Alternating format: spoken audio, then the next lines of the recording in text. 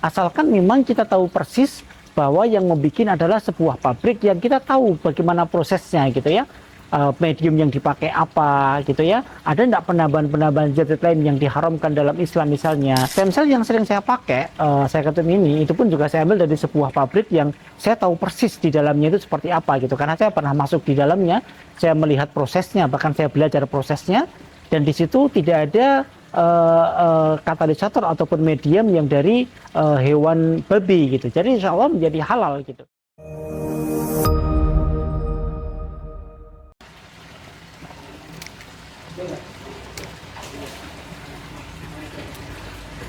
Assalamualaikum dok. Assalamualaikum warahmatullahi. Ganggu sebentar nih dok. Ini banyak netizen yang tanya terkait status kehalalan stem cell. Ini bagaimana dok? Ya, ini pertanyaan yang sudah cukup banyak ditanyakan oleh netizen ya. Bahkan setiap kali saya ngisi seminar, simposium pun juga banyak yang menanyakan tentang hal ini gitu ya. Maka saya perlu jawab bahwa memang halal dan haram ini bukan ranah saya, tapi ranahnya Majelis Ulama Indonesia ataupun ranahnya kalau dunia. Mungkin ada organisasi selevel Majelis Ulama ya di negara-negara lain ya. Dan saya mengikuti beberapa kali informasi dari Lajnah Ad-Daimah dari Saudi Arabia juga membahas tentang stem cell ini gitu. Dan hampir semuanya mengatakan pada prinsipnya stem cell ini adalah halal gitu ya, kecuali dengan beberapa kondisi ya gitu.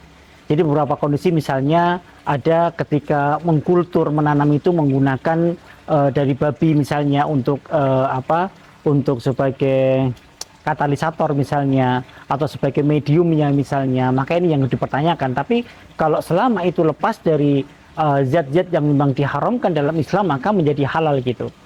Nah, bagaimana dengan sel dari plasenta gitu ya? Maka kita bisa bayangkan ketika transfusi darah itu halal, maka stem cell menurut logika kita lebih halal lagi. Kenapa? Karena transfusi darah itu memasukkan berbagai macam sel. Ada sel trombosit, sel leukosit, sel eritrosit ya. Ada banyak sel yang dimasukkan. Sementara stem cell hanya satu sel yang dimasukkan, yaitu sel stem gitu.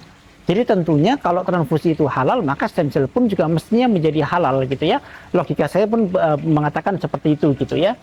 Tetapi apapun itu kita mengikuti pendapat dari para ulama yang sudah membahas ini sangat detail sekali. Lajnah Daimah setahu saya mengatakan halal.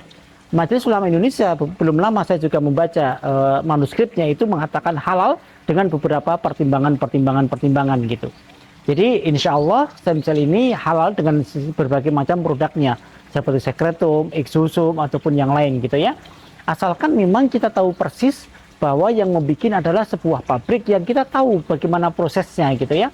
Medium yang dipakai apa gitu ya. Ada enggak penambahan-penambahan zat lain yang diharamkan dalam Islam misalnya, maka insya Allah menjadi halal.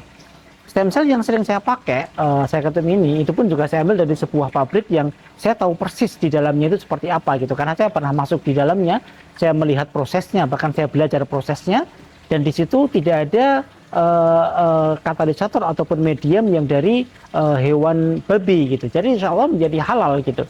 Jadi tidak ada masalah gitu ya.